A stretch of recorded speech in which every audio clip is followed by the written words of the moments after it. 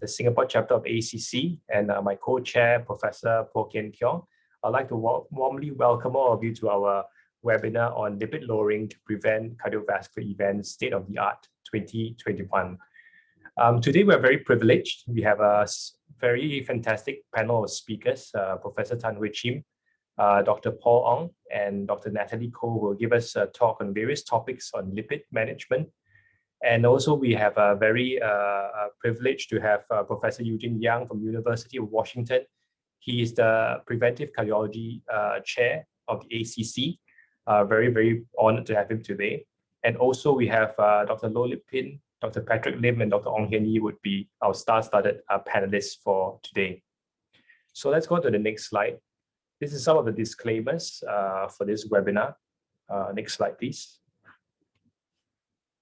And some housekeeping issues. So for Singapore registered physicians, nurses, and pharmacists, the CME and CPE points will be submitted for those who attend the entire duration of this webinar. And you can request also for your certificate of attendance after you've completed the survey at the end. There'll be a QR code sent to you, or you can see it at the end of the presentation. However, this session really is for all of you who are attending this webinar. So feel free to have robust discussions with the faculty using the Q&A button that you can see below. You can ask any questions you want, even controversial ones. You can raise it, and hopefully our panelists can have a very exciting time answering your questions. So without further ado, I'll pass on the mic to Prof. KK Po. He will tell you a little bit more about ACC and also introduce some of the speakers for today. So KK, please. Thank you very much, Edgar. Just got to put up my slides. So this is from the Singapore Cardiac Society website. Feel free to join us as ordinary members, associate members for allied health. It's a very active society, and this educational program is under the umbrella of the SES. The president of SES is Dr. Ong Hian Yee. He's leading the discussion later on.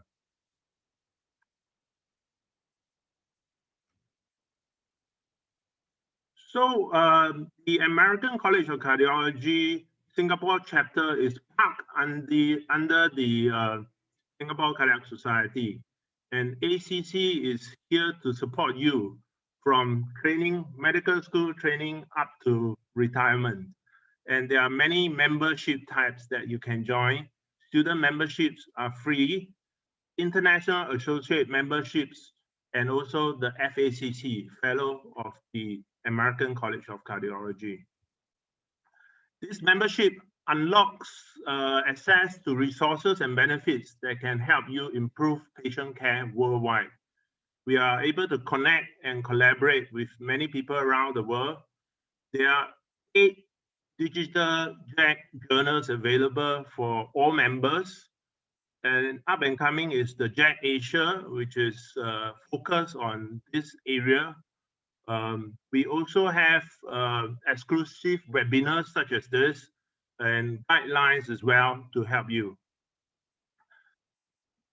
New this year, we have the FACC pathway calculator. So you can find out whether you are eligible to apply for the Fellowship of American College of Cardiology, even without submitting the application form. There's an app down for you to actually use to find out your eligibility. And for primary health care, as well as trainees, the ACC has developed this app called the NCD app. So it does not just encompass cardiovascular disease, but also cancer, respiratory disease, diabetes, and mental health. And very topical, the COVID-19, there's a COVID-19 chapter as well. So feel free to download that. It's also free for everyone, and there's a certificate if you complete the course. You can find out more from ncdacademy.acc.org. So lastly, I just want to talk about this, which we are organizing the ACC Asia together with the Singapore Cardiac Society. That's in July this year. It was postponed from last year because of COVID-19 pandemic. And this year, it will be virtual. So feel free to join us. It's going to be highly educational, and I'm sure you'll enjoy it. So before I introduce everyone, I'd just like to mention my mentor, the late Professor Chia Boon Lock. He came up with this yin and yang analogy to LDL and HDL in the formation of atherosclerosis. He also chaired the guidelines in Singapore on lipids from the first two guidelines, and this actually guide our practice on lipid management in cardiovascular disease and also lipid management in Singapore for more than a decade.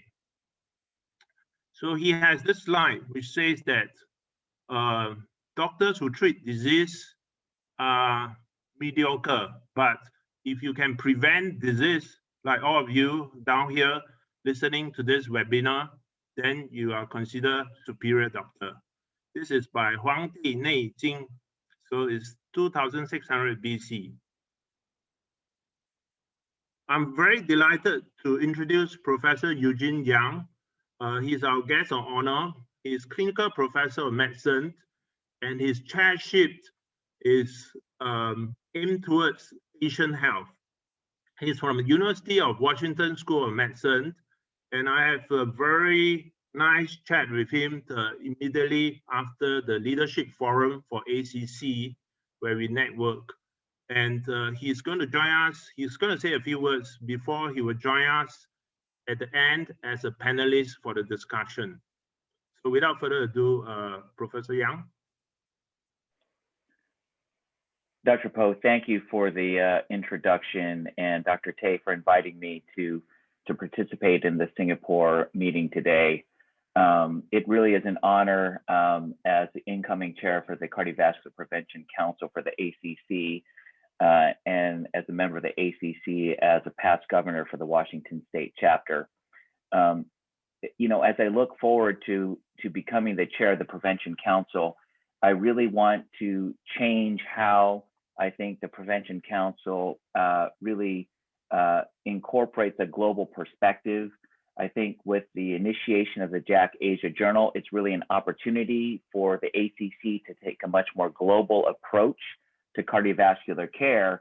And as a preventative cardiologist who's very interested in understanding the differences in cardiovascular risk and outcomes in Asians versus other racial and ethnic groups, this is really an opportunity for us to work on research collaborations between cardiologists in the United States, as well as cardiologists in Asia and around the world, because I really believe that we, as the largest ethnic population in the world, we have really been underserved in trying to understand cardiovascular risk and differentiating cardiovascular risk among the large Asian subgroups and among even smaller Asian subgroups around the world.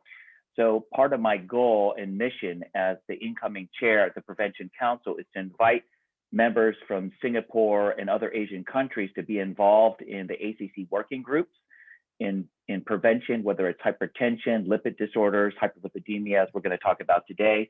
And so I welcome all of you, or those of you who are interested in participating in some of the working groups as part of the ACC. So thank you, Dr. Koh and Dr. Tay, for inviting me today. Thank you very much, Professor Yang.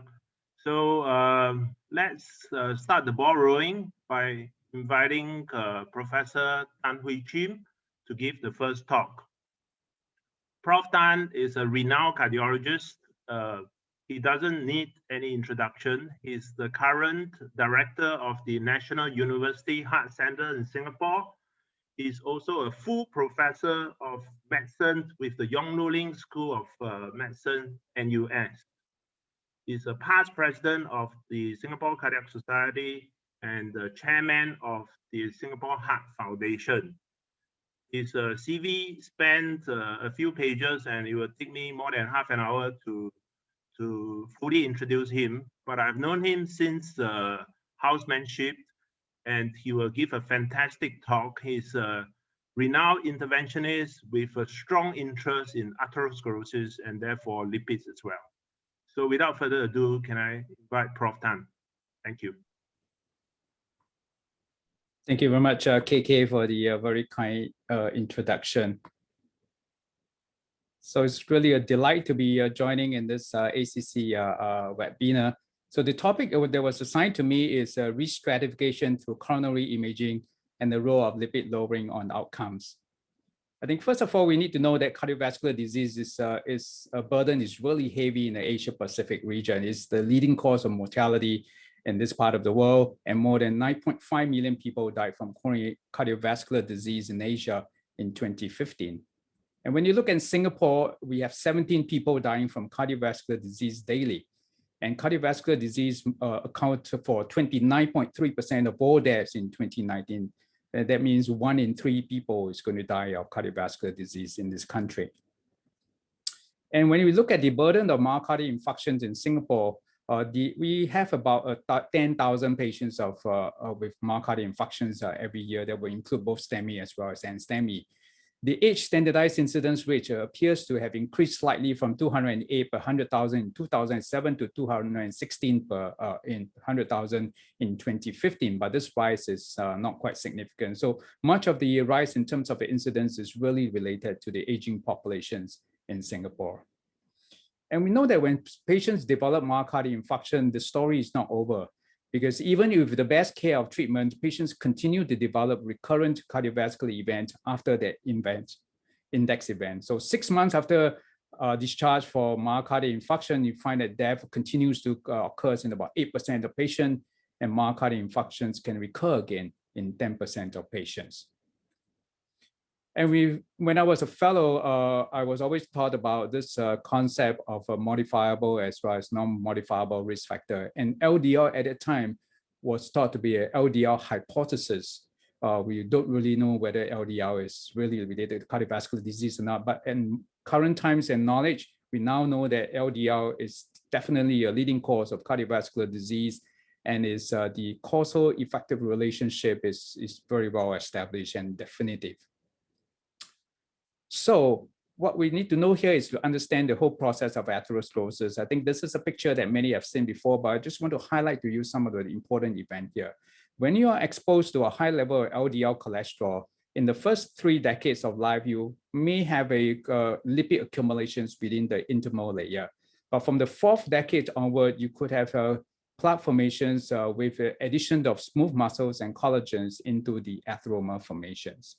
During the early phase of atheroma formations, it is actually non-progressive. So early phase will include intimal xanthoma, intimal hyperplasia, and this is usually termed not to be progressive. But once a atheroma enter into what we call a pathologic intimal hyperplasia, then this is a situations where the atheroma becomes progressive, and you can have a patient with gradual build-out of the atheromatous plaque. Now we know that there are 3 features of atheromatous plaques that really can cause cardiovascular events. When you have an atheroma volume that is high, when you have a lipid-rich core that is great, and when you have a lumen that is severely narrow, these are all what we call the trifecta for the prediction of cardiovascular event in the patients. Certainly when a plaque becomes very huge and unstable, it is prone to rupture and causing a thrombus formation leading to cardiovascular event. So it's very important that we identify this atherosclerotic process early and intervene to reduce the risk of cardiovascular event. Oops, went to the last.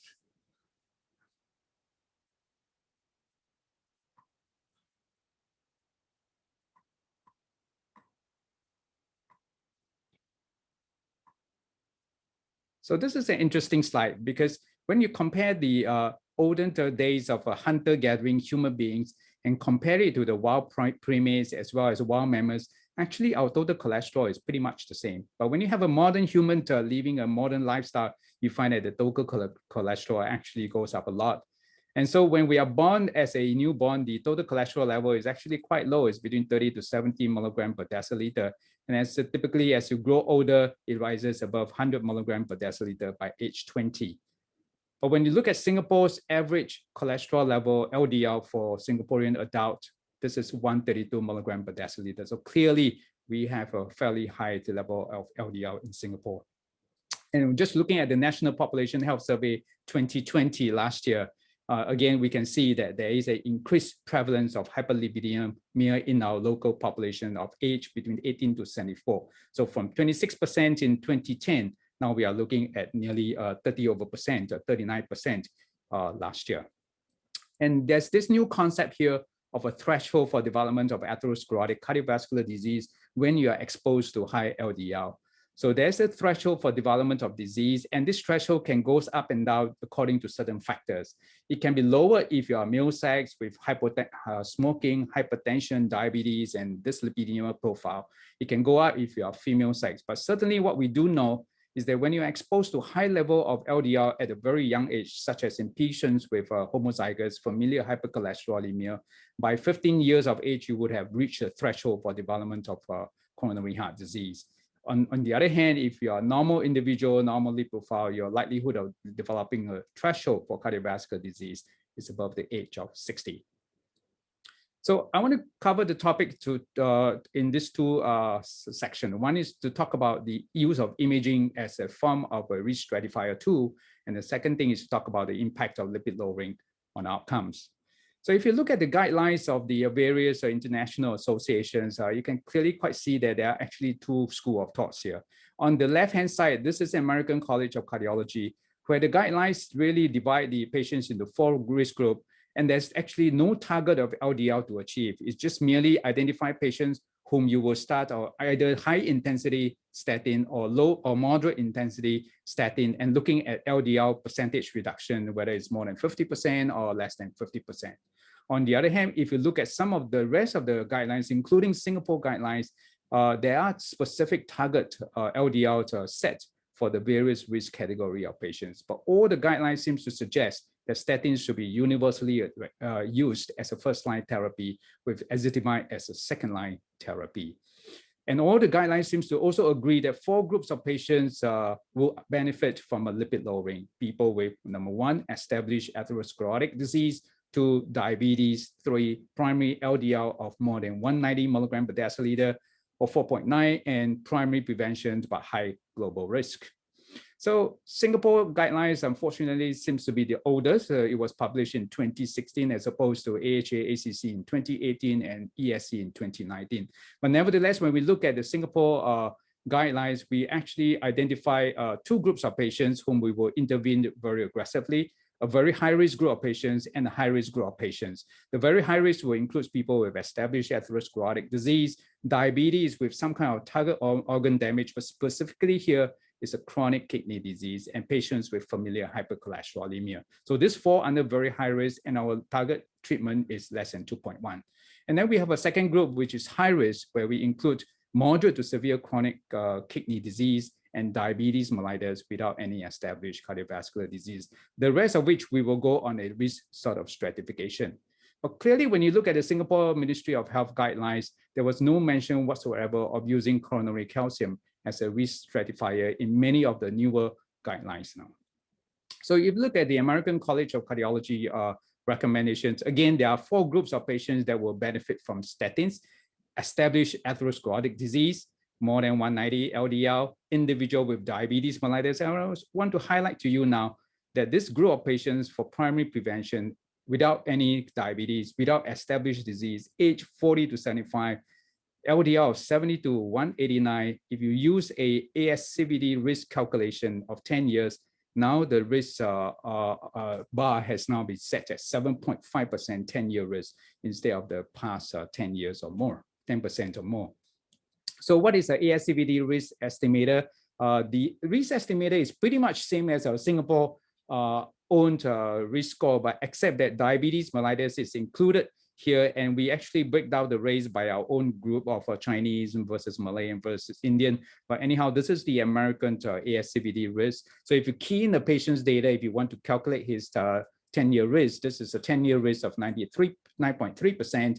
If you just key in some of the numbers, and then they will come up with recommendations and tell you whether to start the patients on moderate or high intensity statin. So this is how the American will work, and it will define high intensity and moderate intensity as atorvastatin 40 to 80 milligram for those who are at highest risk, and moderate intensity will be those of atorvastatin 10 to 20 milligram. The corresponding rosuvastatin would be 20 to 40, which is kind of high for our local population, versus rosuvastatin of 5 to 10 for a moderate intensity.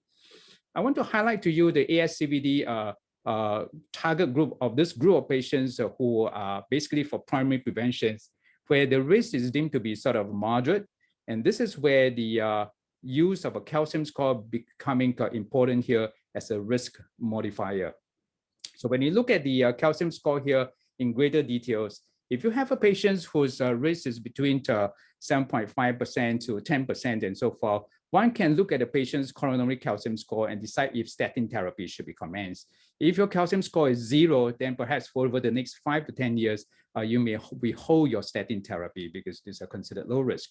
But the moment your calcium score is 1 to 99, and if you're of the age 55 and above, then it is reasonable to initiate statin therapy. If your calcium score is 100 or higher, perhaps it is reasonable to start statin therapy right away. And this is supported by the data from the MESA trial. So what is this calcium in the coronary artery? Well, the presence of calcium basically indicates the presence of atheromas in the coronary artery. In fact, the presence of calcium is an indicator of the disease duration as well as the activity. So the higher the calcium score indicates a greater atheromatous plaque, and it actually predict event. In the MESA trial, for example, looking at 10-year incidence, if your calcium score is 0, then your 10-year event rate is less than 5%. But once your calcium score is more than 100, then your 10-year event rate 7.5%. We have our own local data from Heart Center. 10-year event rate for our local population with calcium score of 0 was actually only 1% in our patient population, indicative of a very, very low risk of patients that we are dealing with. So the MESA also tells us that actually there's no single risk factor that will predict which individuals would maintain a calcium score of 0 over the next 10 years. So it is not a particular risk factor like lipids or smoking. In fact, it is the entire maintenance healthy lifestyle of the individual that will ensure that the artery remains healthy as opposed to an individual risk factor. This MESA study was actually corroborated by the cardio trial, which again tells us that if you follow up with patients with any sort of a calcium score over a long period of time, in this case, this is about 3,000 patients follow up over 12 and a half years, patients with calcium score of more than 100 had an incidence of 22.4 deaths per 100 patients on follow-up. So here, even in patients with very low calcium score, there is still a significant risk in the next decade as you follow this individuals up. So what about the role of calcium score versus Framingham risk score and versus the treadmill test that we commonly do? If you add on a calcium score to an individual who is already stratified for a Framingham risk score, you actually improve the risk prediction in this particular study. So adding on calcium score, if it's less than 10, incidence rate is now 0.6% per year and 3.7% per year if it's more than 400 for calcium score.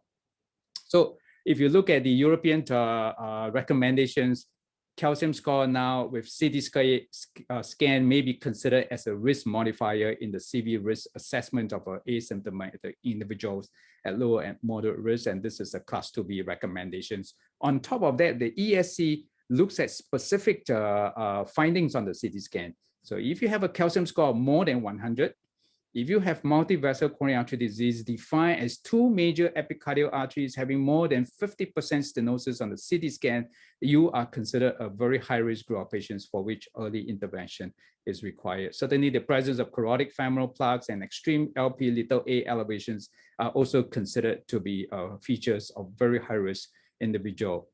So if you compare the ACC and the AHA together, both recommend calcium score, but ACC did not incorporate chlorotic plaques in the risk stratification, whereas the European do. Both also recommend ABI as a risk enhancer.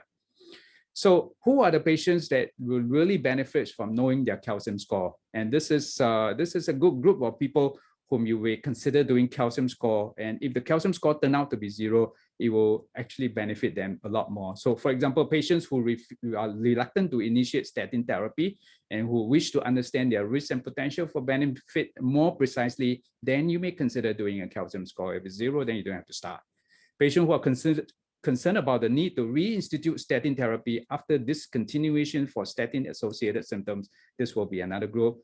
And older patients and people who are really not convinced about starting statin use a calcium score as a risk stratifier. So what about the impact of lipid lowering on outcomes? This is the early data from statin trials that we all know about. That there's a linear relationship between lowering LDL cholesterol and the incidence of a coronary heart disease event. We at that time, in the 10 years ago, weren't sure whether if you go below 70 or go below 50, will there be a J curve that will cause an increase in terms of cardiovascular event? That concern has now been addressed with the later trial. Now we can clearly see that in patients whom we lower the LDL to a rock bottom, even less than 40, you continue to see a secondary preventive effect. So there's no such thing as a low LDL cholesterol level anymore. In fact, it's going to be as low as you can. Even in patients whom we deem to be very low risk, primary prevention, where we say that the 5-year risk event is less than 10%, lowering the LDL in these individuals continue to produce benefit. Every 1 millimole reduction in LDL produce an absolute reduction in event of 11 per thousand over 5 years in this particular study. So if you look at this meta-analysis, looking at the genetic studies and pharmacologically lowered trial, one can now tell that if you have a long term of high cholesterol level for a long period of time, and if you reduce the LDL a lot by a higher magnitude, you actually derive greater benefit. So there is actually a dose-dependent reduction in the risk of major atherosclerotic cardiovascular event that is proportional to the absolute magnitude of the reduction in achieved LDL. So lower the better. But having reduced LDL in our patients, I just now mentioned that patients continue to develop events even with best of care. And that's this concept of a residual risk. So when we lower the risk of a patients through all this pharmacologic as well as lifestyle intervention, actually at this point in time, we do not eliminate the risk of patient developing cardiovascular event. We just merely reduce the occurrence of this event. So there's this whole concept of residual risk in the patients that perhaps if we lower the LDL further, could that bring about benefit? And this will be covered in the next topic here.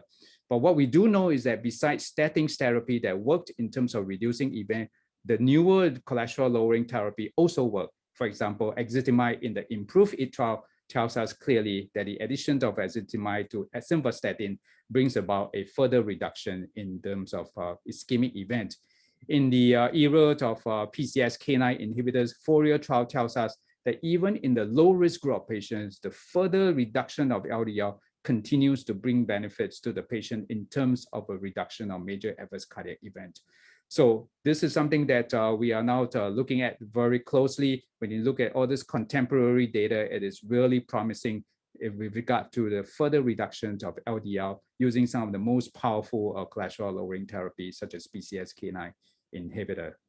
So finally, I just want to talk about this concept of atheroma reductions. Many patients will ask me, when you take a lipid lowering therapy, do we get the disappearance of the plaques on the angiogram?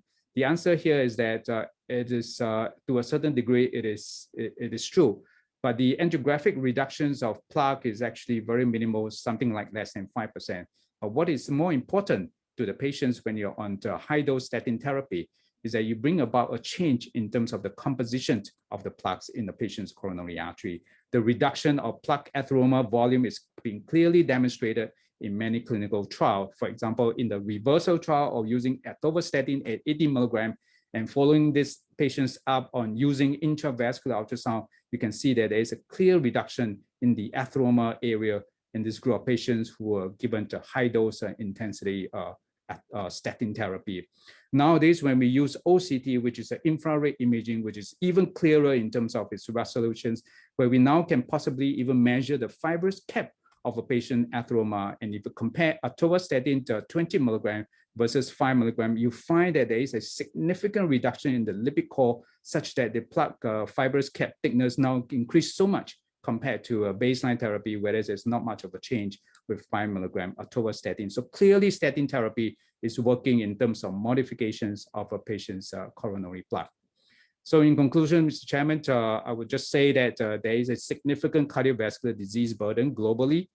There is the causative relationship between LDL cholesterol and CV disease is well established, and there is a role for non-invasive imaging as a tool for screening and for further optimization control of dyslipidemia as a modifiable risk factor. Thank you very much for your attention.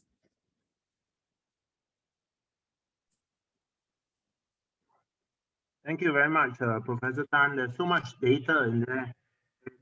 I'll encourage participants to put in your questions, which will be addressed at the Q&A session Friday. I look forward to the next talk. The next speaker is Dr. Paul Ong.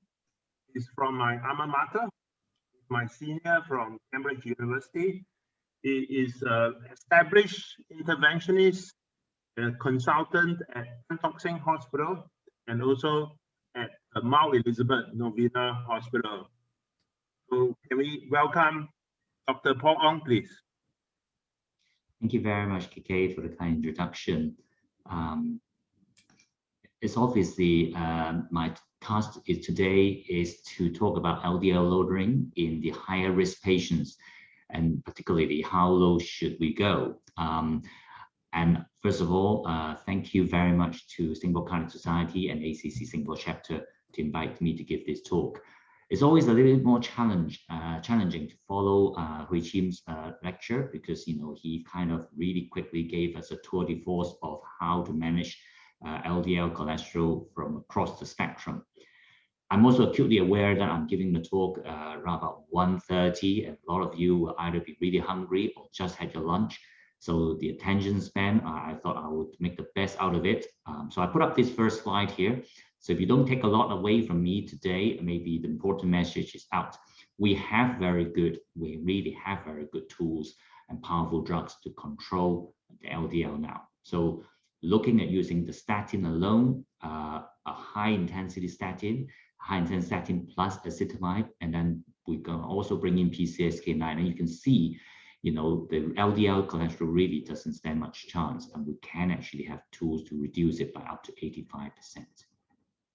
So this is a slide that was shown by a previous speaker, looking at the primary prevention. So we always talk about LDL in terms of primary preventions on those patients who have not declared themselves having cardiovascular disease, compared with those who are secondary prevention, who already had an event, either being acute coronary syndromes or peripheral vascular disease or strokes. So in the primary prevention group, let's have a look at it. I mean, Hui Chim already mentioned about this slide, but I also want to highlight, the patient. Sorry, interrupt. You probably need to share your slides. Oh, sorry. Let me try again. Sorry if that's the case.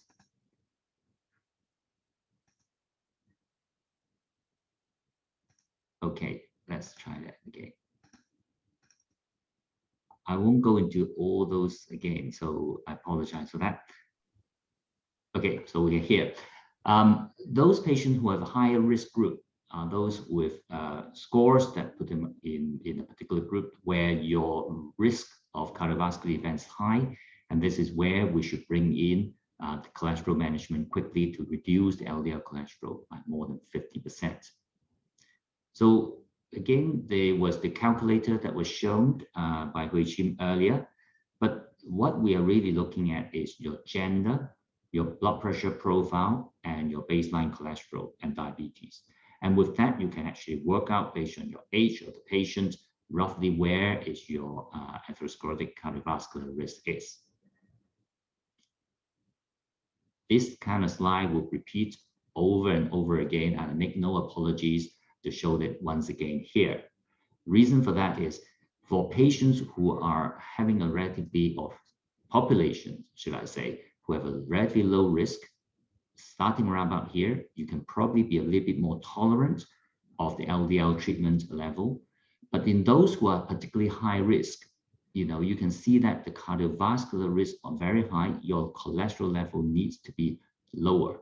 Lower the better is probably the message here today. LDL of 1.4 is the newest target in the latest ESC update in 2019. So here we are looking at patients who have family history of atherosclerotic disease, CKD, GFR less than 30, diabetes with features of target organ failure and damage.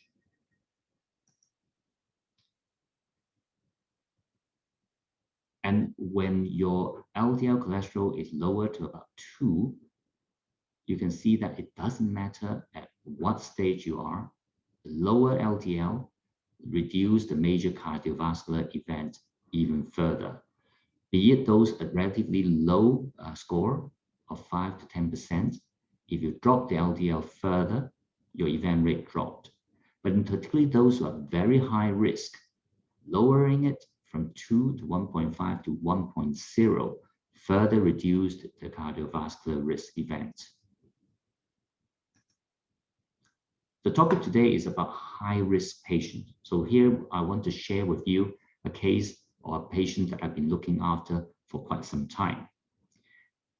This is a gentleman who is now 54 years old, but when he first came to me, he was walking on the travelator at the airport.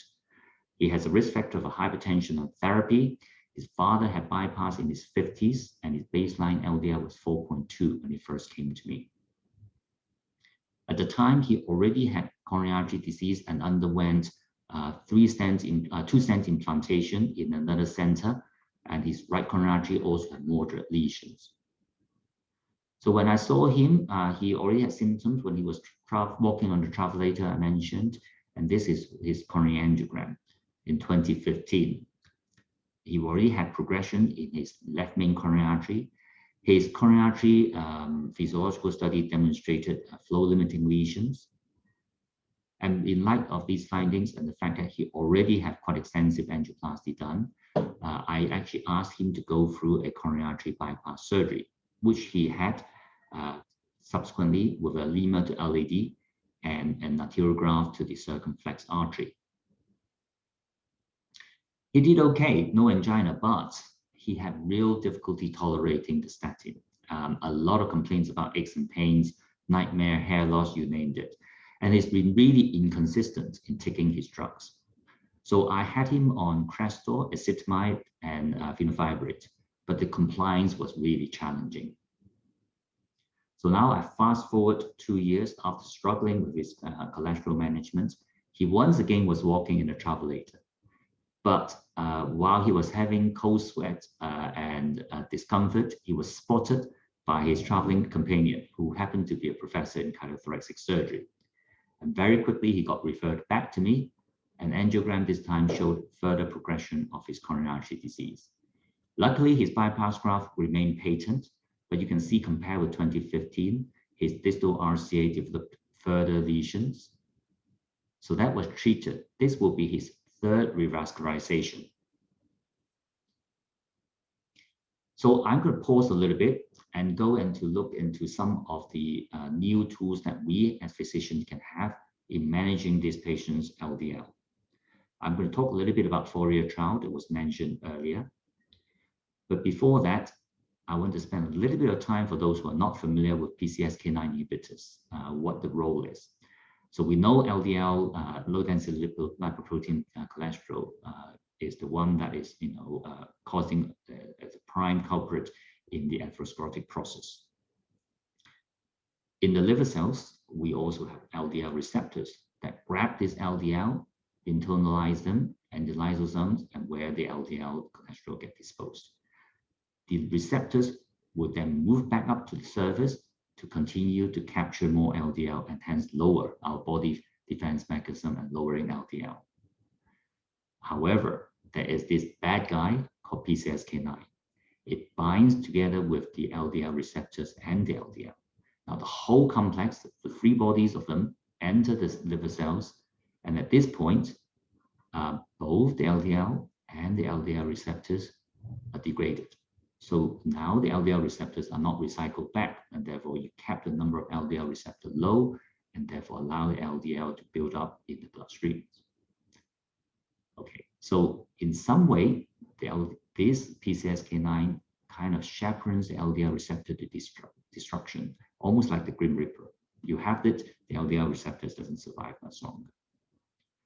PCSK9 inhibitors stop the degradation of the LDL receptors, because when PCSK9 inhibitors such as evolocumab are in place, these are antibodies that bind, specifically stop the PCSK9 from binding to the receptors, and therefore kept the LDL receptors working much longer and can be recycled back to the surface to continue to bring the LDL down. In the FOURIER studies, the objective is to test whether the addition of evolocumab reduces the incidence of major cardiovascular events. And I think Hui-Chin had very quickly covered this trial. I will very quickly run through it. There's a large-scale study with 27,000 patients involved. These are patients who have established cardiovascular disease. So these are the high-risk group of patients. They're already on statin, some of them also on ezetimibe, and they are now randomized to either receiving the PCSK9 inhibitor or placebo. The endpoints, hard endpoints they looked at, cardiovascular death, MI stroke, unstable angina, or revascularization. And again, hard endpoint for secondary disease. No surprise that LDL got really severely lowered when the patient is on PCSK9 inhibitors, 59% reduction. And these are patients already on statin and some of them on ezetimibe. When we look at the primary endpoint and the key secondary composite endpoint, both of them are significantly reduced.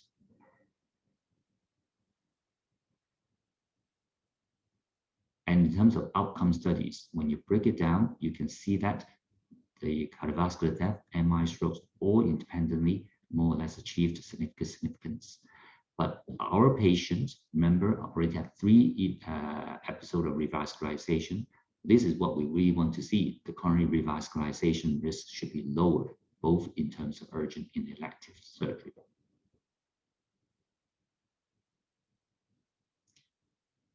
So this is a summary slide of the FOURIER study, looking at the primary prevention, primary endpoint and secondary endpoint. Both have a hazard ratio reducing the risk by 15% to 20% for the major cardiovascular risk. So I'm coming back to my patient. So I put him on Repatha, 140 milligrams fortnightly. After a month, his LDL dropped from 2.8 to 0.2. So surely, would this prevent him from disease progression, especially in terms of repeat revascularization?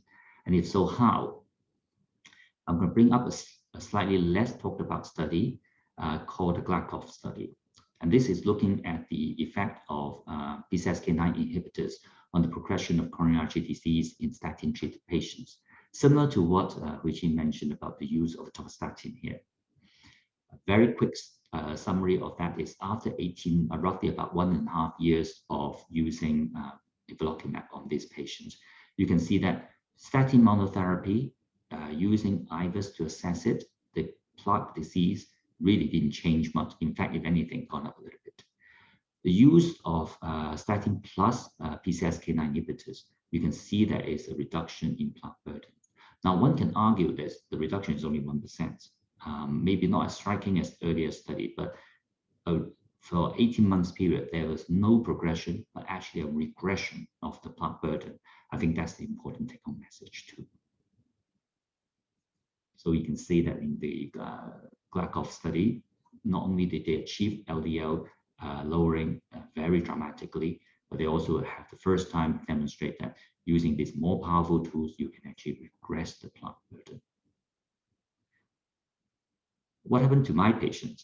This is his LDL chart. And I must say, when I look at this chart, preparing this talk, you can see how his compliance has been fluctuating over that period of time.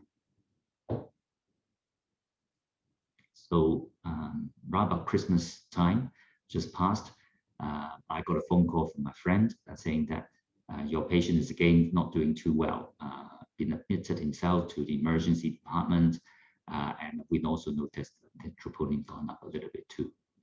And this is his coronary artery disease. He previously had a pretty okay mid-RCA, but he developed new lesions. So that was quickly again treated, but that would be his 4th revascularization. So what else can we do to him?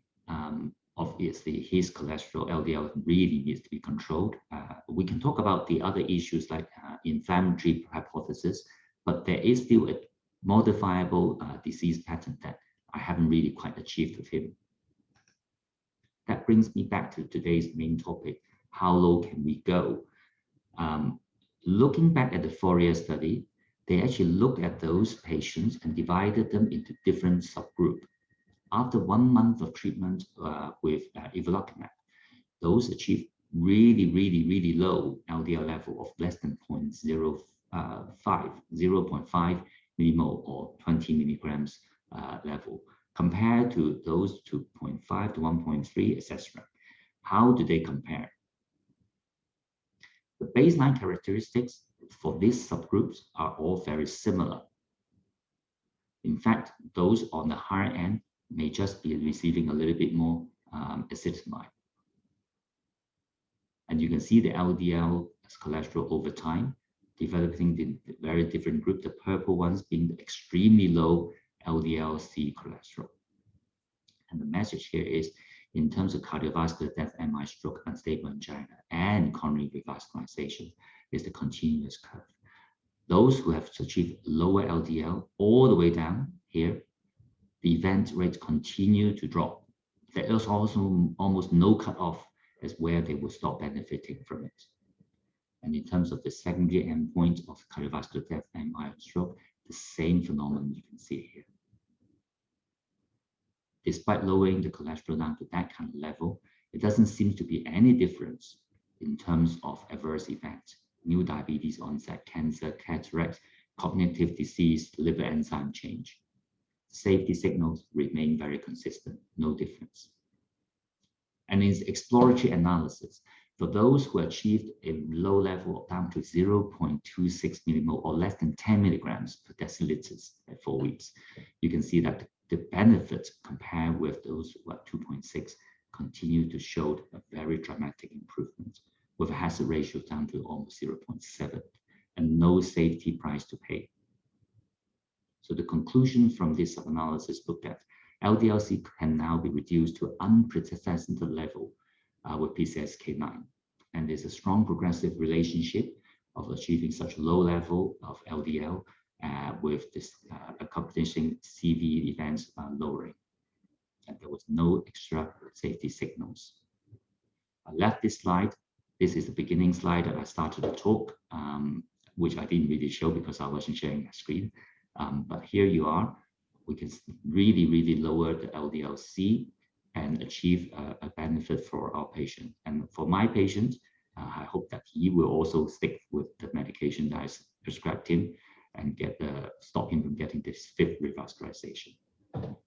So the race is to 0. Let the LDL-C drop.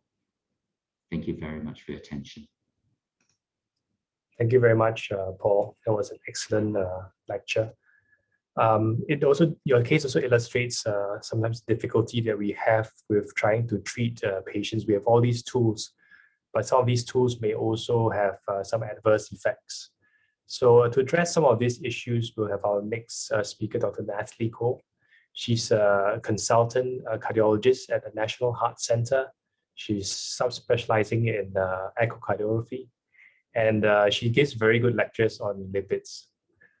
So without further ado, I'd like her to give us a talk on statin intolerance and how to manage some of these patients. Natalie, please.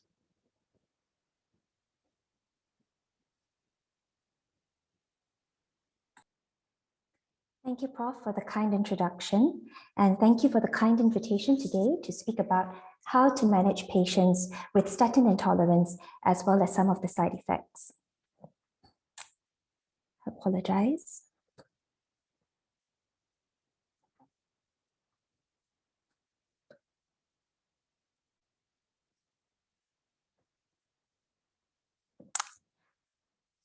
These are my disclosures. Okay, so I think Prof. Tan and Dr. Paul have all mentioned about the benefits of statin therapy. And it is imperative that before we convince our patients about the value proposition of statins, as physicians, we must be convinced of the benefits of statins ourselves. And I think on screen, we have data points that will guide our discussion in a risk-benefit discussion with our patients. So in the hallmark analysis of 14 RCTs of 90,000 participants, known as the Cholesterol Treatment Trialist Study, it was found that over an average of 5 years, statin therapy, which resulted in every millimole of LDL-C reduction, led to a 21% reduction in MACE, a 12% reduction in all-cause mortality, and a 19% reduction in coronary mortality. And at 1 year of treatment, compared with less intensive statin treatment, more intensive statin treatment led to an additional 15% reduction in MACE, especially for patients whose LDL-C at baseline was more than 4.2. And we know that patients who are on statin therapy for up to 6 years, the number needed to treat is 250 for death from any cause and 500 for CV death. What about Asians? Multiple RCTs in Asia confirmed the generalizability of CVD risk reduction benefits of statins as well. And in fact, Asian patients achieve the LDL-C goals with lower doses of statins compared to their Western counterparts. How are we achieving our statin targets? How are we doing on that front? Well, sadly, a large proportion of at-risk statin-treated patients fail to reach optimal LDL-C targets. And you can see on screen that it ranges from between 24 to about 60% in Western cohorts, even for those that are at high risk. And one of the major reasons for ineffective lipid lowering with statin therapy is actually treatment withdrawal because of concern or appreciation of side effects. In observational studies with sample sizes up to the hundreds of thousands, statin discontinuation rate ranges from about 8% all the way to 54%, mostly ascribable to statin intolerance or its side effects. And we know that stopping statin therapy is likely to be followed by increased risks of CVD and mortality with an odds ratio of up to 1.18. However, what is not often known is that statin rechallenge is actually eminently feasible based on real-world studies. Among patients discontinuing statins, 37% to 59.6% were actually receptive to reinitiating or switching statins. And aversion to statins actually declined with time among patients who had discontinued. At 5 years, 80% actually retook their statins. And third, the adherence rate was high after rechallenge. We're looking at between 73 to 92%, with few patients experiencing a relapse of intolerance that precluded their statin treatment therapy. Another point that I want to make is also that of questionable causality. There is a big disparity between adverse event rates in clinical practice versus randomized controlled trial data. In most observational studies, the reported AE rates were more than 10%, compared to randomized clinical trials, where adverse events occurred at much lower rates and were comparable between the statin and control groups. And most of the reported adverse events were mild and did not actually require discontinuation. And this is the discussion about the nocebo effect, where patients went on chat groups, forums, WhatsApp groups, Telegram groups, Signal groups, what have you. You know, after osmosis between their friends, etc., it might actually affect their perceptions of adverse effects. And this is very beautifully demonstrated in the Ascot LLA study, where muscle adverse event rates were similar among patients on statins versus placebo in the blinded phase. But when it converted to a non-blinded, non-randomized, open-label treatment phase, they were actually higher among statin-treated patients versus those who weren't on statins. Moreover, most of the adverse events reported in clinical practice were not producible under the randomized, double-blinded conditions in RCTs. I do take this factoid with a little pinch of salt for two reasons. Firstly, because many RCTs, the run-in phase actually excluded patients with symptoms as compared to real life. And secondly, not all RCTs actually adjudicated for muscle adverse events with proper structured questionnaires at each and every trial visit. So I think the truth is actually somewhere in between. So what about Asians? Well, Asian patients differ from Western patients in the pharmacokinetics of statins, largely due to the genetic variants in the CYP450 gene. The lower metabolic activity of CYP450 in Asian cohorts actually leads to higher plasma levels of statins. And this actually is related to the misconception that Asians may be at an increased risk of side effects. And so statins are underused and the achievement of LDL-C goals remains suboptimal in Asia. If we look at the numbers, it's similar to what I presented earlier for the Western Hemisphere. Real-world data in Asian countries, statin discontinuation about 33% to 60%, suboptimal LDL-C goal attainment 20 to 60%. Adverse event rates range from 10% to 20% in Asian observational studies, but the predisposition to statin intolerance in Asians is not supported by RCTs. Muscle adverse events occurred at lower rates, mostly less than 10% in RCTs of Asian patients compared to Western cohorts, were rarely serious, and were not higher in statin versus placebo arms. What is the definition of statin intolerance? How do you define it for yourself? How do you face this with your patient? I'm sorry, I don't have a straight answer. There is really no uniform definition for statin intolerance in the literature, but I will give some pointers coming up soon. Presumably, statin intolerance occurs when a patient is unable to use a statin, either because they develop a side effect or because a blood test shows elevation or derangement of certain markers like liver function or muscle function, which are abnormal enough to cause concern. The intolerance can be partial, some statins at some doses, or complete, all statins at any dose. The most common presentation of statin intolerance is muscle symptoms, which will be the focus of our discussion coming up. What are some of the potential mechanisms for statin-associated muscle symptom development? So I'd like to draw your attention to what's happening on the screen now. We have divided the statins into lipophilic as well as hydrophilic statins. Well, in theory, the lipophilic statins are supposed to have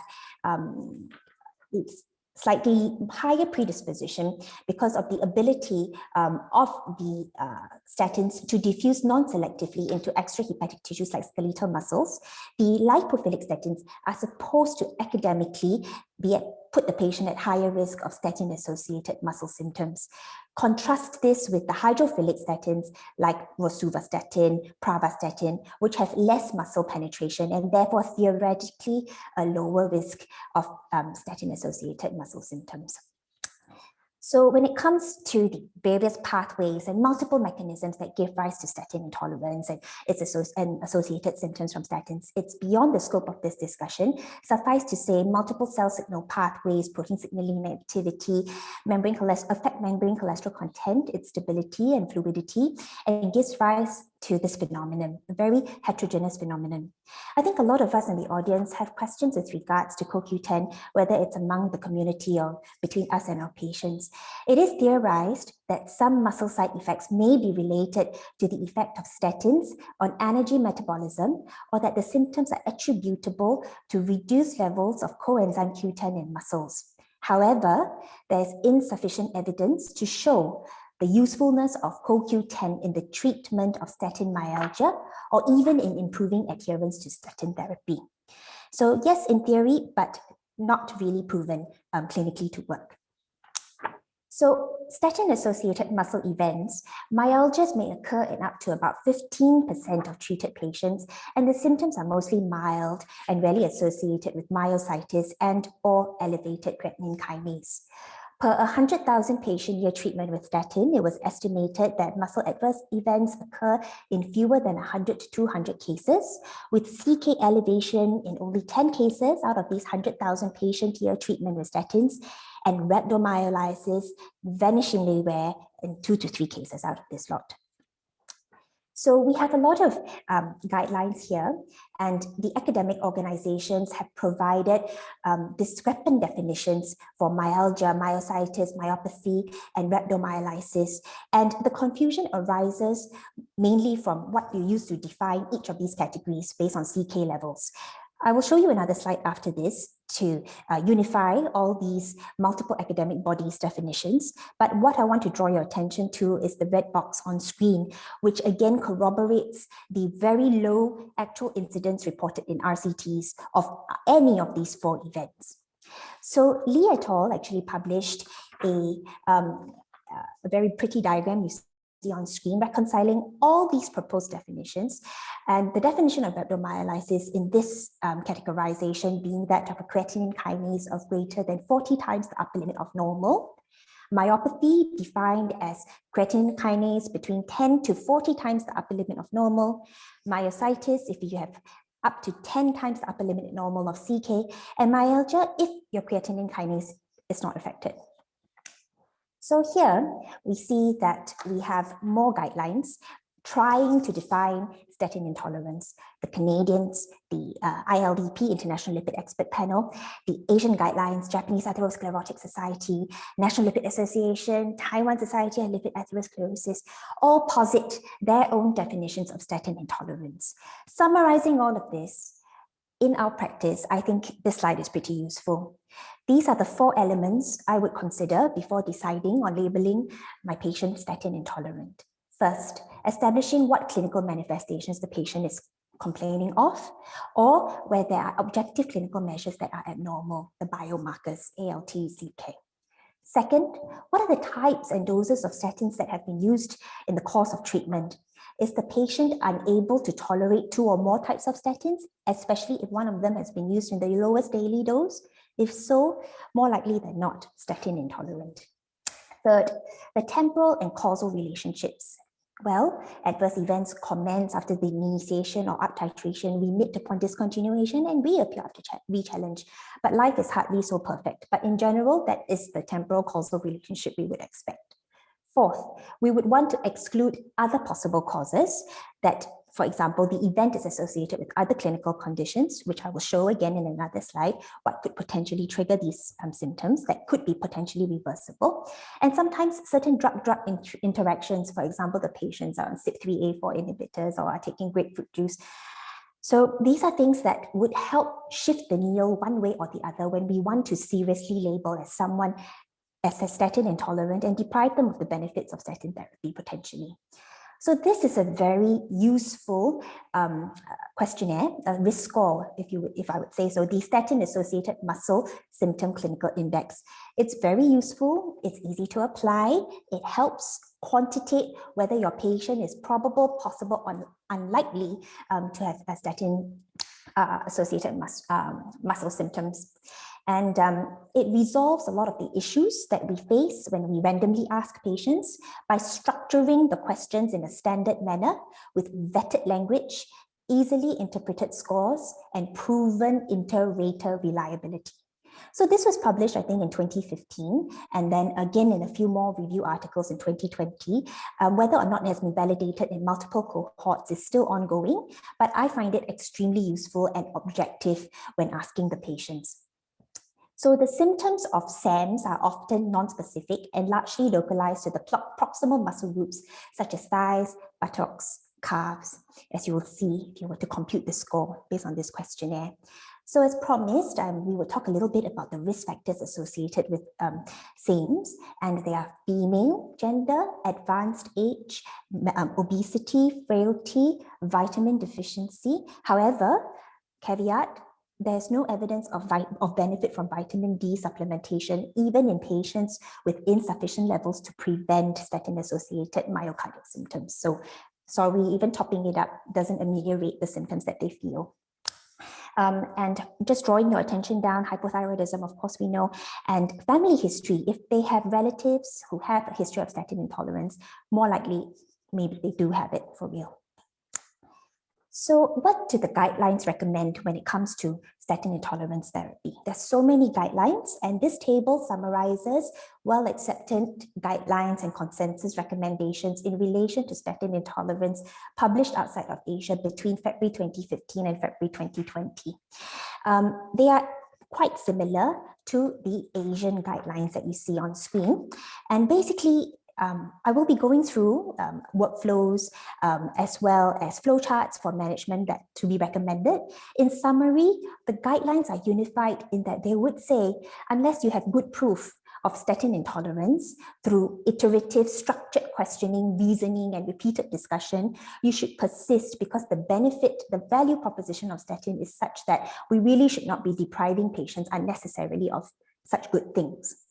So before I move on to a discussion about managing what are some of the, what is the most common side effect, which is muscle symptoms, let's get some of these adverse events that we hear and chatter out of the way. Well, there are three, and these three have been reported to be associated with statins. Many occur at a low rate, are mild, or actually have a spurious relationship with statin use. First, changes in liver function. Well, let's put it this way, the US FDA does not consider this adverse event to be alarming and no longer, in fact, requires LFTs to be routinely monitored. Okay, I think that's very telling. Secondly, what about hemorrhagic stroke? What about the Sparkle trial and the Chinese meta-analysis? Well, it's still debated, but what is undeniable? The low incidence rate, 5 to 10 cases out of 10,000 patients treated over 5 years. And it is also overly superseded by the benefit of ischemic stroke prevention through a huge body of literature. Third, newly diagnosed diabetes. Well, it is estimated to arise in about 50 to 100 cases among 10,000 patients treated over 5 years. But it is, in general, a low incidence side effects of statins, especially in patients who are already at risk of developing diabetes. This particular incidence rate is actually most predominant in patients who have impaired fasting glucose. And it can be argued they are at even higher risk than patients who have normal sugar levels. So it shouldn't be something defined as an intolerance that impedes treatment adherence. So when we talk about managing statin intolerance, the approaches can largely be grouped into statin-based approaches and non-statin approaches, with statin-based approaches being prioritized over non-statin approaches. There are three ways you can use statin-based approaches to help your patient navigate statin intolerance. The first is, okay, we can consider switching to another statin, from one statin to another, or switching from brand name to generic statins.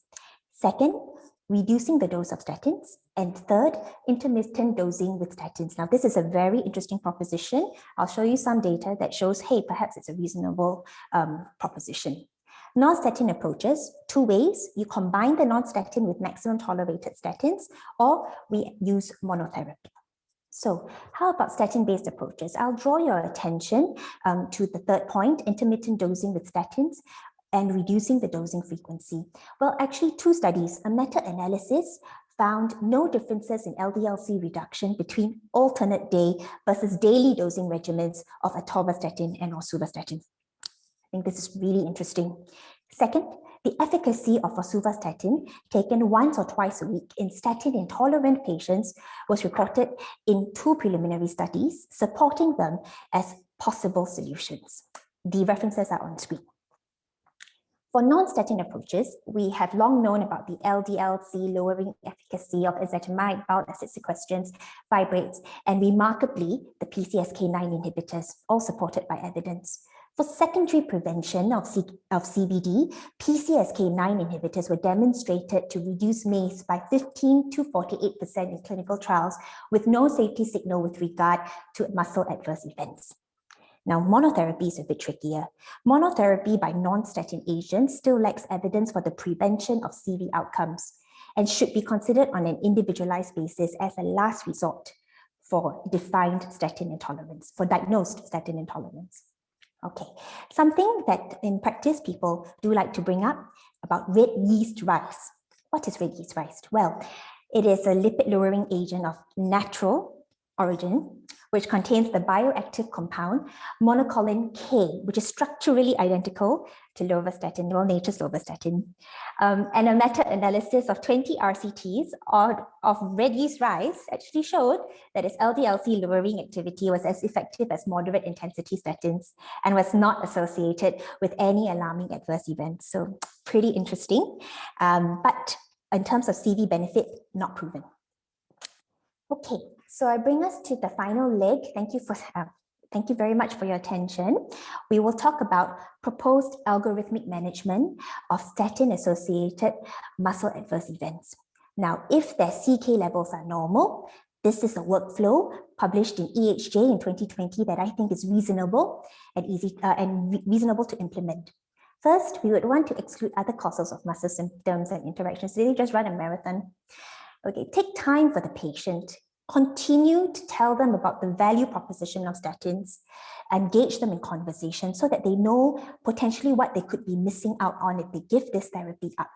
We'll give them a break, 3 to 4 weeks, okay. If there is no resolution of symptoms, search for other causes of it. Okay. If the symptoms did resolve, okay, maybe temporarily, it could be due to statins. What I would do, what this flowchart recommends is to restart the statin. You could use a different statin or start with a very low dose. Slowly increase, maybe every 2 weeks, to establish the highest tolerable statin dose, at which point you check the LDL and you see if the goals are reached. If they are not, that's when you would combine with non-statin therapy. In Singapore, we've got ezetimibe and PCSK9 inhibitors. So I'm sorry for the busy slide. I will draw your attention to this. So this is actually an algorithm that would be applicable if your patient has symptoms and or elevated CK levels. So again, you would want to inquire about their muscle symptoms, apply the questionnaire, the SAM-CI questionnaire that I mentioned. In this pathway, a few thresholds that we would want to note. The presence of SAMs and or a CK level of greater than 5 times the upper limit of normal will necessitate statin withdrawal followed by close monitoring. If the CK is greater than 10 times the upper limit of normal, this proposes an additional assessment of renal function together with rehydration if needed. If the CK level is less than 5 times the upper limit of normal, it is reasonable to continue statins, and it would be pretty similar to the flow sheet presented in the earlier slide. You would start them lower, change the statins over, monitor them, titrate up slowly. If their symptoms, however, and this is assuming that symptoms have resolved, and then you would add on non-statin therapy, etc. Now, when do you need to refer to a specialist? I would refer to a specialist if after stopping the statins, the symptoms have not resolved and or the CK is still persistently 5 times the upper limit of normal. Okay, and it's in this box here. Which are the relevant specialists? Well, if you can demonstrate proximal myopathy, a neurological review is not unreasonable. Otherwise, a rheumatological review is what I would usually send on. So in conclusion, the benefits of CVD risk reduction by statins are borne out by decades-long evidence. Preventive effects are more substantial with more intensive statin regimens. It is a common misunderstanding to consider all statin adverse muscle events equivalent to statin intolerance. Statin intolerance is a diagnosis that should be confirmed after rigorous investigation with structured questionnaires and impartial evaluation of the causality and timeline events, bearing in mind that a uniform definition for statin intolerance is still lacking. Statin-associated muscle events are the predominant and most extensively studied adverse events, although in most cases they present without clinically relevant elevation of creatine kinase. Managing this involves iterative steps of assessment and adjustment of medication dosages. Statin-based approaches should be prioritized over non-statin approaches as far as possible. Thank you for your time, and we will move into the panel discussion. We will have Dr. Eugene Yang, Dr. Lipid of Low Cardiology Clinic, Dr. Patrick Lip, Senior Consultant at Khoo Teck Hospital, and Dr. Ong Hian Ee, our President of the Singapore Cardiac Society, moderating. Hi, thanks, Natalie. As usual, yeah, the toughest topic, which is statin intolerance. There are plenty of questions. I hope I've got enough time to go through all of them. Probably my first question, there was a couple of questions on utility of treatment of HDL and triglyceride. Perhaps I could get Dr. Loh Lip Ping to chime in on this. The utility of treatment of HDL and triglyceride. Okay, the first comment is on triglycerides. You can hear me, right? Yes. Can you hear? Excellent. Okay. treatment of triglycerides. Triglycerides is really not as important a factor for atherosclerosis. Nevertheless, a high level of triglycerides, as you know, increases the risk of pancreatitis. And so I do not usually advocate any specific treatment for triglycerides unless the level goes up beyond 300 milligrams per deciliter. Most of the time, I think the advice would largely be restricted to a healthier diet, lower fat diet, physical exercise, weight reduction, and so on. If the patient still has a very high level of triglycerides, consistently above 300, then yes, I would consider putting the patient on fenofibrate, which I think is the safest probably of all the fibrates. Yeah.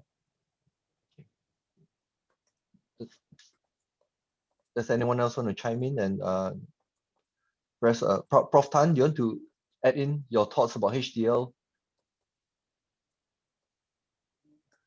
I think the treatment trial for HDL has been uniformly disappointing, but I think the management of triglyceride forms part of the overall treatment in the patients with a dyslipidemic profile.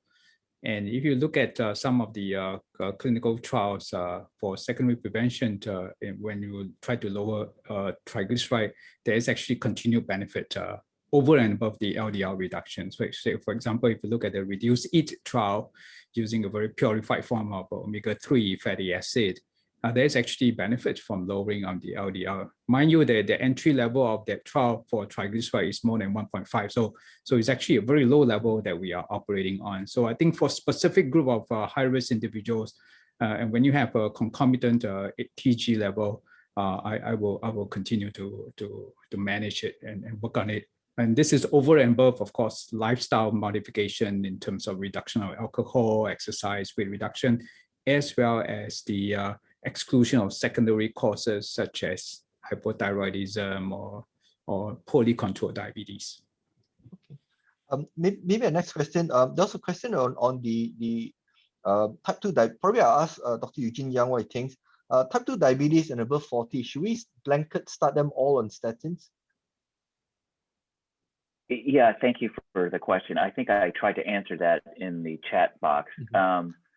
So if you look at the ACC guidelines, they recommend for patients who are diabetic between the ages of 40 to 75, if the LDL cholesterol is greater than 70 or less than 189, then statin therapy should be initiated.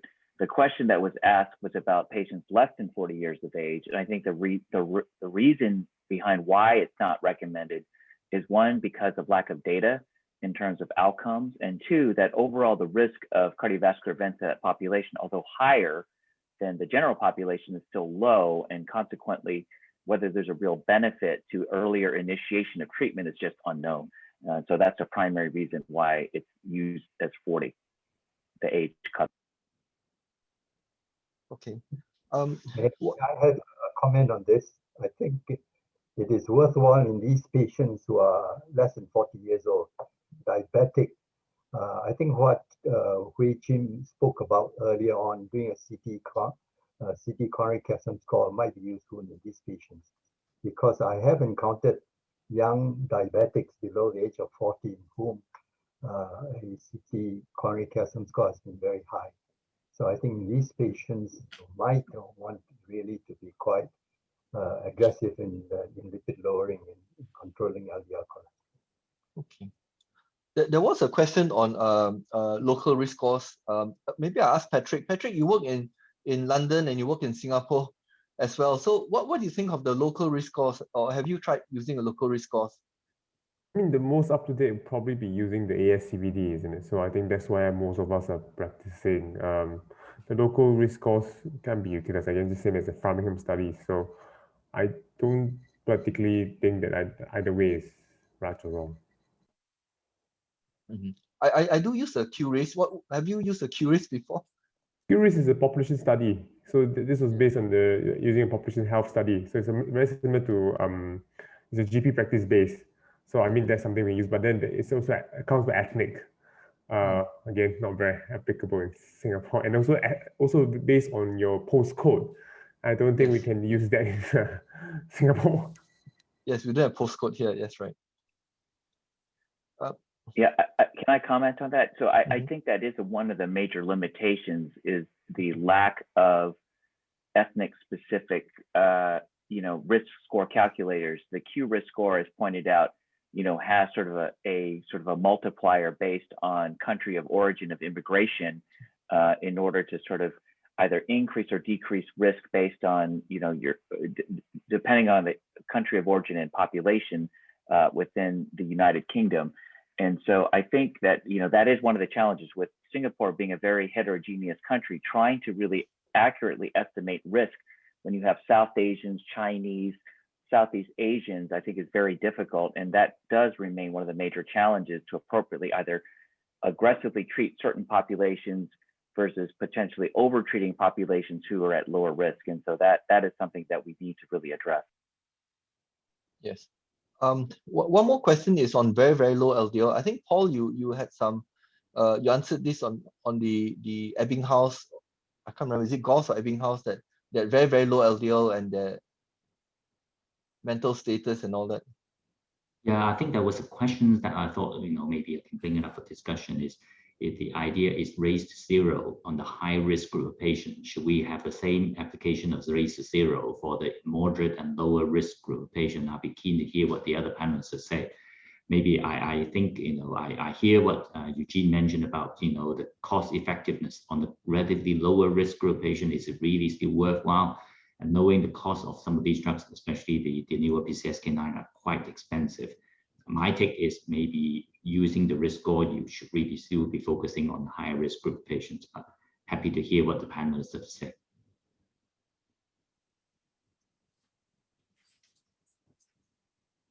Yeah, I will say that, to be transparent, that I was an investigator for the 488 trial here in the United States. And so I do agree that, we don't really, if you look at the ACC guidelines, in fact, they for the PCSK9 inhibitors from 2018, they're sort of, I wouldn't say indifferent, but they're uncertain about the value and role of PCSK9 inhibitors because of lack of cost effectiveness data. So I think until we have a better understanding of that, I do agree that it's really reserved, and even the guidelines articulate that it's really probably for the very high risk patients, those who've had multiple events or have at least had a history of ACS and have multiple risk factors.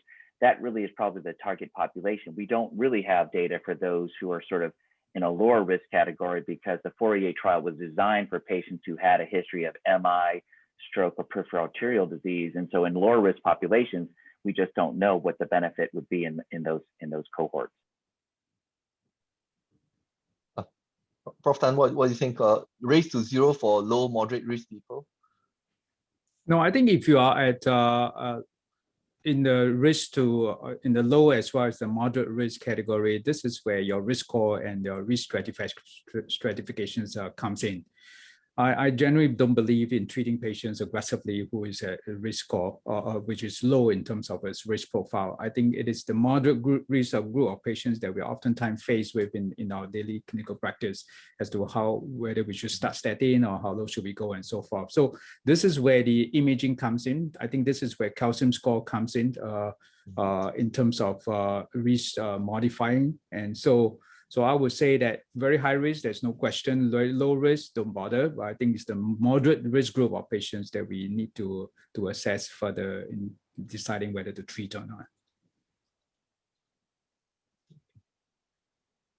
Okay, Prof. Loh, what do you think? Low, moderate risk people leave alone, or? Yeah, I think to some extent this is a cost-effective. If treatment were not so costly, when we use the more potent LDL lowering medications, then I see no reason why you should not start earlier and give everybody a head start. Because obviously, as you get older, the effect of LDL cholesterol is going to accumulate, and you're going to have a bigger chance of accumulating plaques. So I think partly is a question of cost effectiveness. To some extent, probably also we don't really have such long-term evidence on the safety of starting people on lipid-lowering therapy at a younger age. But I've always wondered why we choose quite often to start LDL lowering therapy in patients only after, say, 30 or 40 years old. If you already have a significantly high LDL cholesterol level, I see no reason why you cannot start already treating the patient when you say 15 years old, for example. I see. So perhaps Natalie, there's actually a lot of questions on statin intolerance, but perhaps I may ask you first. We move from low to moderate to very, very old people. There's some question about, should you stop statin when they're like 90 years old? I don't, but in general, I do think that if a patient at 90 comes in with a long list of medications, there's the real polypharmacy is real. I would definitely try my very best to keep them on the statins, bearing in mind the real life limitations. I don't see age as an impediment to continuing statins. If anything, they would benefit the most.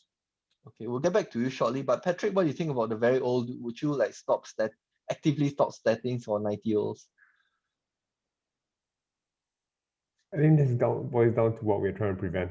I think if you're 90, and I think we're trying to I think it depends really how much. I mean, we shouldn't be ageist, isn't it? At the end of the day, if it's a good structure, it's a good physiologically young 90 years old who's functional, then I think we shouldn't be ageist. But I think if it's the 90-year-old that's probably heading to its end of life, then rationalization, I think it's not by age, by substrate. And there was a good question also, I think, about the CAC score. I mean, can I just ask, who would do serial calcium scores and over what period of years? Just curious. Well, I think if your calcium score is already high to begin with, there's no need to repeat anymore, because it just makes sense. It's already gives you the information and the evidence to start therapy. But when you have somebody who is have fairly high cholesterol level, and right now the calcium score is 0, and typically I see in many middle-aged women with very high LDL 170, 190. HDL is also high, but yet no symptoms, no other risk factors, and calcium score is 0. For such individuals, I might just follow them up 10 years later with another score just to see how it goes. But certainly it is not meant to be a 0-2 to guide therapy, which some people were advocating. Would you do a proper coronary CT, because they can have plaques without calcium? It is true. Actually, 16% of coronary plaque has got no calcium, probably indicating a very, very early sort of plaque formations without the calcifications coming in. Most of the time, I would just order the entire CT coronary angiogram. I don't order CT calcium alone because. Eugene, is that your experience in Seattle? I'm sorry, what was the question? So the question is for some of the middle-aged women, they may have negative calcium score, but they may have soft plaques. Have you this experience in your state?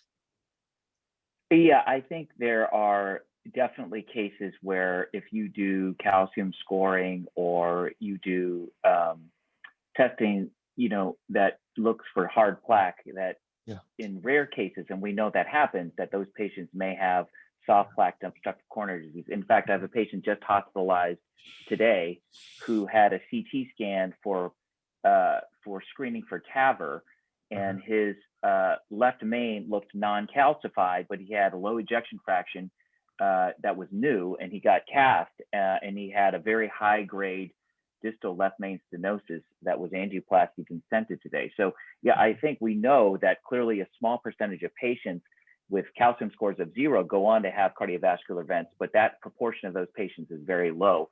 The issue about sort of discontinuation of statins that was mentioned earlier, I think it's just an individualized patient decision, right? If a patient comes to you and you're trying to decide whether to continue statin therapy or not, I think we use shared decision-making to really decide whether to continue the therapy or not, especially those who have no overt atherosclerotic cardiovascular disease.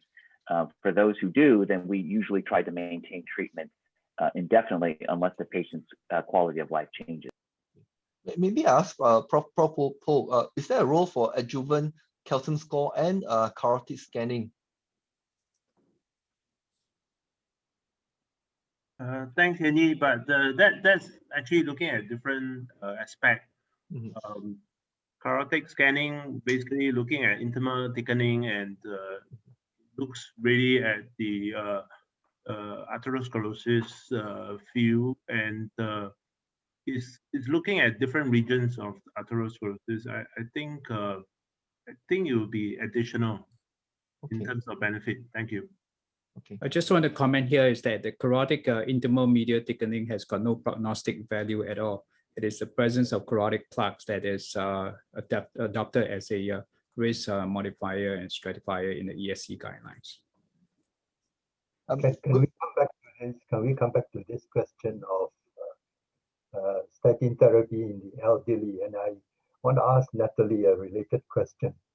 One of the suggested statin side effects sometimes is impairment of cognitive function, and we know that impairment of cognitive function tends to increase as you get older. So if you are going to advocate giving statins to a say 80-plus-year-old man or 90-year-old plus person who has got some evidence of maybe atherosclerosis and LDL cholesterol, are you going to consider this question of cognitive impairment in this patient? Prof. Loh, thank you so much for the question.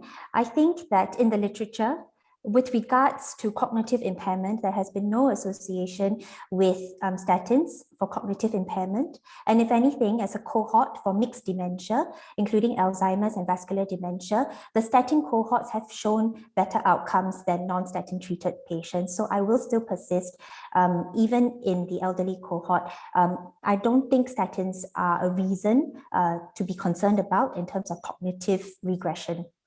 There is no proof. We're running out of time, but there are actually a lot of questions for statin side effects. I'll target one to Natalie. Q10 and statins, any use? No, I'm so sorry to say. Very much like lipophilic, hydrophilic statins, and also this position about CoQ10, being in its production being impaired because of the HMG CoRES reductase inhibition. Yes, okay. I mean, we do see changes in biochemical levels. However, when it comes to actual improvement in adherence or a reduction in reported symptoms, it has not been reported in the literature that CoQ10 ameliorates this. Yeah, I think like Henny says, so we are really running short of time. We're 90 minutes into the webinar, and still 500 over people are still sticking with us. A lot of the questions we couldn't answer because there's not enough time. But what we'll do is we'll try to collate those questions and we'll run it through the panelists and try to give you a kind of a summarized answer for the participants, and then we'll have that posted to you as well. So because it's already we're 30 minutes past our time, I think it's only appropriate we conclude here. Firstly, I want to thank all the speakers and for preparing the slides and such excellent presentation and such great discussion from the panelists, and also Dr. Eugene Yang, who is still with us after 90 minutes of this intense discussion. And of course, all of you who stuck with us for almost 90 minutes. And I hope you can learn something from this webinar. And also, remember, you try to fill out this feedback form. The QR code is here. You can just scan it off the screen. And we'd like to invite you to just stay focused. There's going to be another webinar coming on in about 3 months' time on a totally different topic, of course. And hope to see you then again. So take care and have a great weekend. Thank you. Oh, one more thing, of course. I'd like to thank Amgen for supporting this webinar. This is truly a special gift for us, and thank you very much for your support. Bye.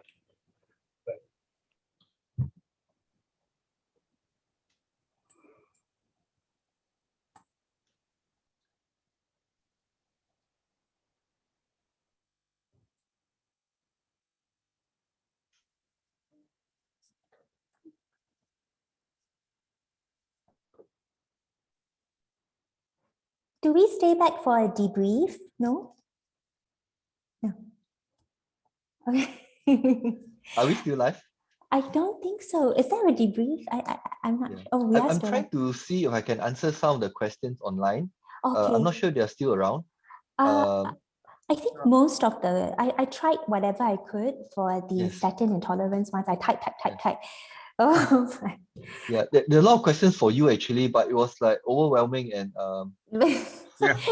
I answered all of them as best I could. I commiserated with the experiences as well, but happy to continue the conversation. that's right. Thank you very much, guys. Okay, I think we're still live. Bye. We're still live. Okay, thanks. right Thanks then. for. Bye. I have to thank our audience for hanging on, and Yes, I amazing really audience. apologize for not answering all the questions. It's just overwhelming number of questions. Sorry you couldn't answer everything. Okay, bye. Bye. Okay, bye. Bye. Bye.